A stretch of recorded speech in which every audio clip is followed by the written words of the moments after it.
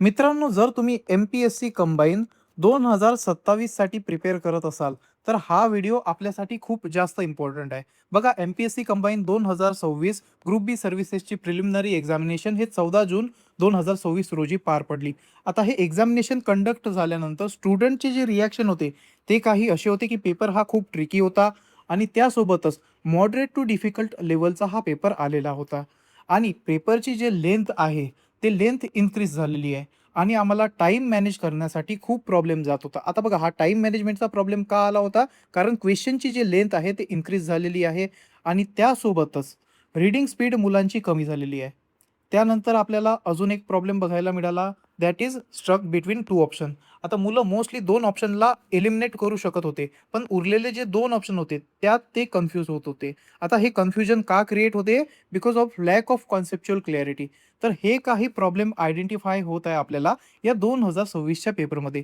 जर आपल्याला 2027ची MPSC combine examination clear करायची आहे, तर आपल्याला या प्रॉब्लेमला एलिमिनेट करणं खूप गरजेचं झालेलं आहे. आता आपल्यासाठी महत्त्वाचं हे होते, की आपण काय फॉलो केलं पाहिजे फॉर क्लिअरिंग 2027ची प्रिलिम्स. तर बघा, आपण एक प्रॉपर स्ट्रॅटेजीला फॉलो केलं पाहिजे. आपण रँडम स्टडी करू, जसं एक्झामिनेशनचं नोटिफिकेशन 2 ते 3 महिने किंवा 4 महिने आधी येते. कधी-कधी 4 महिने आधी येते, कधी-कधी 3 महिने आधी येते. तर आपण या लास्ट 3 महिन्यामध्येच प्रिलिम्सची तयारी करतो आणि मेन्सची पण तयारी अझ्युम करून घेतो, की आपण प्रिलिम्ससोबतच हे तयारी करत आहे.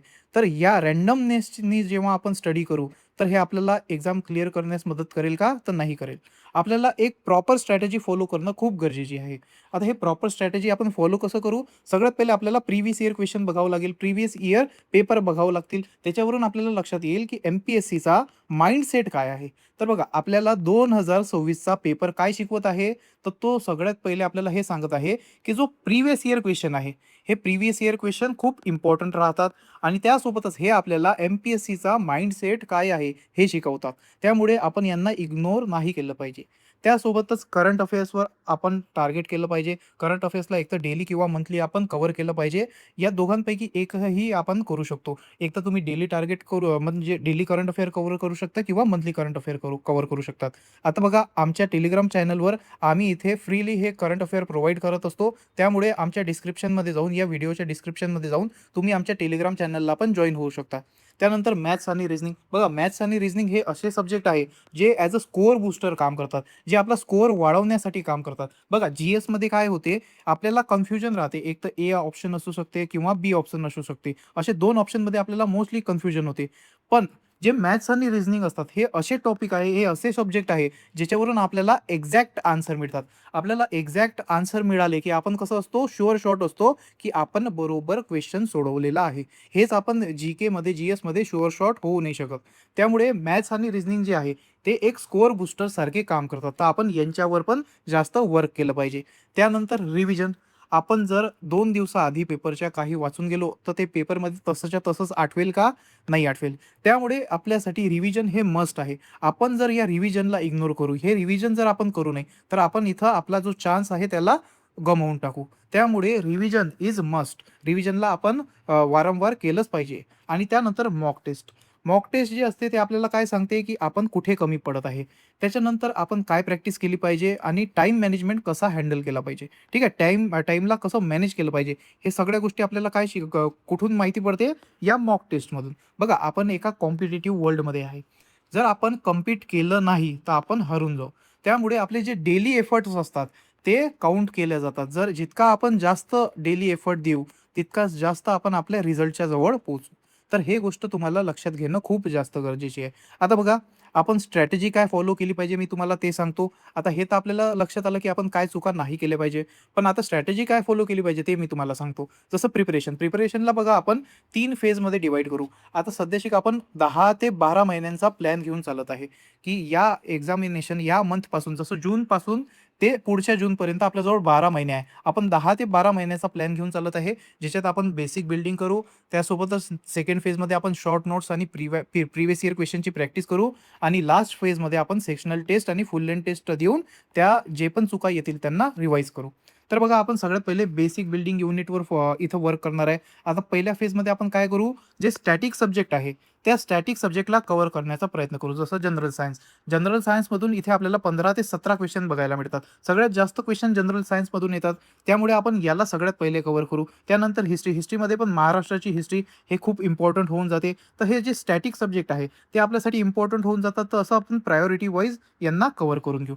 त्यानंतर बघा आपण डेली मिनिमम काय केलं पाहिजे, मिनिमम 2 घंटे इथं आपल्याला स्टॅटिकला आपण दिलेच पाहिजे. त्यानंतर 45 मिनिटं मॅथ्स आणि रिझनिंगला, करंट अफेअर्सला 30 मिनिटं आणि रिव्हिजन जे आपण दिवसात जे पण गोष्टी करत आहे, त्यांना at the end of the day आपल्याला 30 मिनिटं किंवा अर्धा घंटा, 1 घंटा आपल्याला त्या सगळ्या गोष्टींना रिवाईज करणं गरजेचं आहे. त्यानंतर डेली आपण MCQची प्रॅक्टिस करू. कारण बघा आपल्याला काय करायचं आहे, 100 क्वेश्चनला सॉल्व्ह करायचं आहे इन 60 मिनिट. तर जोपर्यंत आपण या डेली MCQची प्रॅक्टिस करू नाही, तोपर्यंत आपल्याला हे क्वेश्चन सॉल्व्ह करणं इथं पॉसिबल होणार नाही आहे. त्यामुळे आपल्याला हे डेली करणं गरजेचं आहे. आता त्यानंतर वीकली चेक्स आपण काय केले पाहिजे, जसं एक प्रिव्हियस इयर सेशन आपण ठेवलं पाहिजे. त्यानंतर मिनी टेस्ट दिली पाहिजे, जेणेकरून आपलं नॉलेज किती आपल्याला रिकॉल करता येत आहे, त्या गोष्टी आपल्याला लक्षात येईल. एक रिव्हिजन ब्लॉक ठेवला पाहिजे, की ज्या गोष्टी आपल्या चुकल्या किंवा जे गोष्टी आपल्याला आठवत नाही आहेत, त्यांना काय करू आपण रिवाईज करू. त्यानंतरच बघा जे गोष्टी आपल्या चुकलेल्या आहेत त्यांच्यासाठी एक करेक्शन बुक बनवू. आणि बघा काय होते, आपण क्वेश्चन जर सोडवला, त्यातले बरेच पॉईंट आपल्याला आठवतात आणि 1-2 पॉईंट असे असतात जे वारंवार आपल्याला आठवतच नाही. तर त्यांना आपण या करेक्शन बुकमध्ये टाकू. जेणेकरून कसं आहे, जेव्हा आपण लास्ट लास्ट पेपरच्या वेळेस रिवाईज करायला कोणता पण सब्जेक्ट घेऊ, तर आपण या जे करेक्शनवाली नोटबुक आहे त्याला रेफर करू. का? कारण इथं आपण ते फॅक्ट लिहिलेले आहे जे आपण वारंवार विसरतो.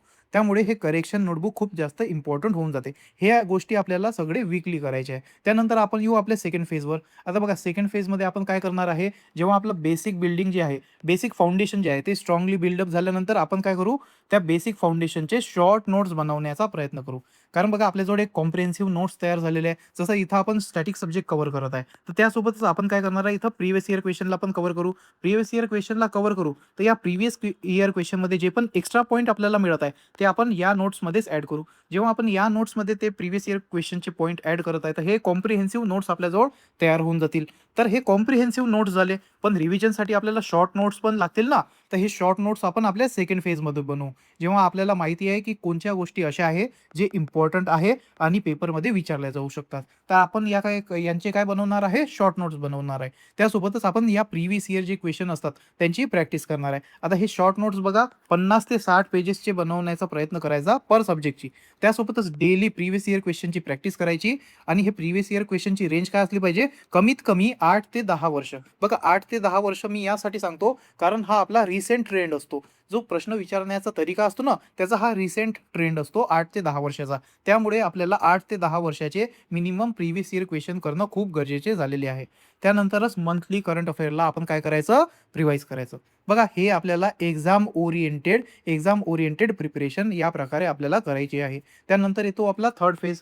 थर्ड फेजमध्ये आपण काय देणार आहे, सेक्शनल टेस्ट आणि फुल लेंथ टेस्ट. आता याच्यात जे चुका होतील त्यांना काय करणार आहे, आपण आपल्या करेक्शन नोटबुकमध्ये टाकू आणि त्यांना वारंवार रिवाईज करू. बघा टेस्ट देण्याचे महत्त्व नाही आहे, पण काय आहे याच्यात जे चुकी होतील त्यांना शोधून आपल्याला करेक्ट करायचं आहे, है ना? फक्त टेस्ट देणं हे या थर्ड फेजचा हेतू आहे का? नाही. याच्यात जे चुका होऊ राहिल्या, जे कन्सेप्ट आपल्याला आठवून नाही येऊ राहिले, त्यांना इथे आपल्याला ओळखायचं आहे आणि त्यांना वारंवार रिवाईज करायचं आहे. जेणेकरून काय होईल, आपली एक कॉम्प्रिहेन्सिव्ह प्रिपरेशन इथं तयार होऊन जाईल. ठीक आहे. आणि हे जे फुल लेंथ टेस्ट किंवा सेक्शनल टेस्ट तुम्ही देसाल, ते OMR शीटवरच देजा. कारण बघा काय होते, आपण 1, 2, 3, 4 असं लिहून तर टाकतो, पण जेव्हा ॲक्चुअली पेपर द्यायला जातो, तो OMR शीटमध्ये आपल्याला ते भरण्यासाठी खूप जास्त डिफिकल्ट जातात. त्यामुळे आपण हे OMR शीटवरच दिले पाहिजे टेस्ट सीरीज, असं माझं म्हणणं येते. आता याच्यानंतर काय आहे, की तुम्ही MPSC कंबाईनसाठी डेली चॅलेंज कसा घेतला पाहिजे. जसं बघा इथं काय दिलेलं आहे, की पहिल्या दिवशी तुम्ही पॉलिटी आणि मॅथ्स घेतलं पाहिजे. पॉलिटी आणि मॅथ्सला कव्हर करायचं, जे टॉपिक ठरवून घ्यायचं आणि पॉलिटी आणि मॅथ्सचे ते टॉपिक कव्हर करून घ्यायचे. त्यानंतर हिस्ट्री आणि रिझनिंग काय होईल, आपला सेकंड डेचा टार्गेट होईल. त्यानंतर थर्ड डेचा टार्गेट काय होणार आहे, आपला जिओग्राफी आणि करंट अफेअर. फोर्थ डेचा टार्गेट काय होणार आहे, आपला इकॉनॉमी आणि वापस मॅथ्स. त्यानंतर फिफ्थ डे सायन्स आणि रिझनिंग आणि सिक्स्थ डे महाराष्ट्र GK आणि PYQ. आणि जो आपला 7th डे राहणार आहे, तिथं काय करू आपण, या 6 दिवसात ज्या पण गोष्टी केल्या त्यांना रिवाईज करू आणि एक मिनी टेस्ट देऊ. जेणेकरून काय होणार आहे, आपली प्रॅक्टिस पण होणार आहे आणि कॉम्प्रिहेन्सिव्ह कव्हरेज पण होणार आहे आपल्या पूर्ण सिलेबसचा. ठीक आहे. तर अशा प्रकारे आपण 7 दिवसाचा रूल बनवला पाहिजे आणि 7 दिवस या सगळ्या गोष्टींना फॉलो केलं पाहिजे अप टू द 6 मंथ्स. त्यानंतर आपण शॉर्ट नोट्स बनवू आणि सेक्शनल टेस्ट आणि फुल लेंथ टेस्ट हे देऊ. आता बघा 5 मिस्टेक जे तुम्ही टाळले पाहिजे ते म्हणजे काय, की रोज स्ट्रॅटेजी बदलणं. जर तुम्ही रँडम स्टडी करसाल तर तुमचा रिझल्ट येईल का? नाही. तुम्हाला स्मार्ट स्टडी करणं हे गरजेचं आहे. जेव्हा तुम्ही स्मार्ट स्टडी करसाल तेव्हा तुमचा रिझल्ट येईल. त्यासोबतच पी-वाय-क्यूला इग्नोर करणं हे खूप जास्त डिझास्टर ठरू शकते. ठीक आहे. पी-वाय-क्यूला बिलकुल पण इग्नोर नाही करायचं. करंट अफेअर्सचं काम बिलकुल पण पेंडिंग नाही ठेवायचं. मॅथ्स, रिझनिंगला टाळायचं नाही आणि जो टेस्टचा एनालिसिस असतो हा खूप इम्पोर्टंट टॉपिक आहे. ठीक आहे. टेस्टचा एनालिसिसवरून आपल्याला काय लक्षात येते, की आपण कुठे चुका करत आहे आणि आपण कोणत्या चुका टाळल्या पाहिजे. मोस्टली काय होते, सिली मिस्टेकमुळे आपले मार्क घसरून जातात. तर या सिली मिस्टेकला आपण कसं टाळू शकतो? Through this test analysis. तर आपल्याला या सिली मिस्टेकला टाळायचं आहे आणि टेस्ट एनालिसिस करायचं आहे. त्यानंतर बघा आपल्यासाठी आपल्याजवळ बघा आता जवळपास 10 ते 12 महिन्याचा टाईम आहे. पण हा टाईम कसा आहे, अनलिमिटेड आहे का? नाही. हा एक लिमिटेड टाईम आहे.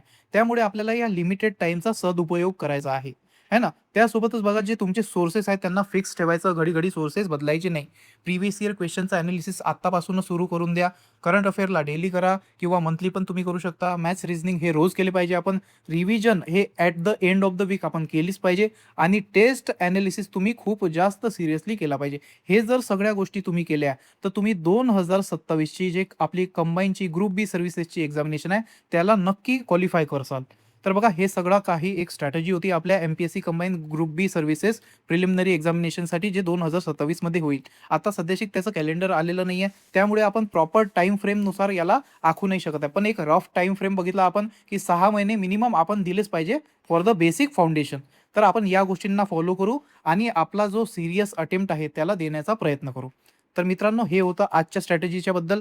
बाकी तुम्हाला जर काही पण गोष्टी आमच्याकडून लागत असेल तर मला कमेंट सेक्शनमध्ये नक्की सांगा. त्यासोबतच तुम्ही आमच्या टेलिग्राम चॅनलला जॉइन होऊन आमच्या कोर्सेसच्या बद्दल माहिती पण घेऊ शकता. आम्ही एम-पी-एस-सी कंबाईन ग्रुप बी आणि ग्रुप सीसाठी कोर्सेस पण लॉन्च केलेले आहे. तर तुम्ही त्यांच्याबद्दल पण एन्क्वायरी करू शकता. त्यामध्ये आम्ही ह्या स्ट्रॅटेजीने सगळे कोर्सेस, सगळे सब्जेक्ट कव्हर करून घेणार आहे. ठीक आहे. तर मित्रांनो भेटूया आपल्या नेक्स्ट व्हिडिओमध्ये.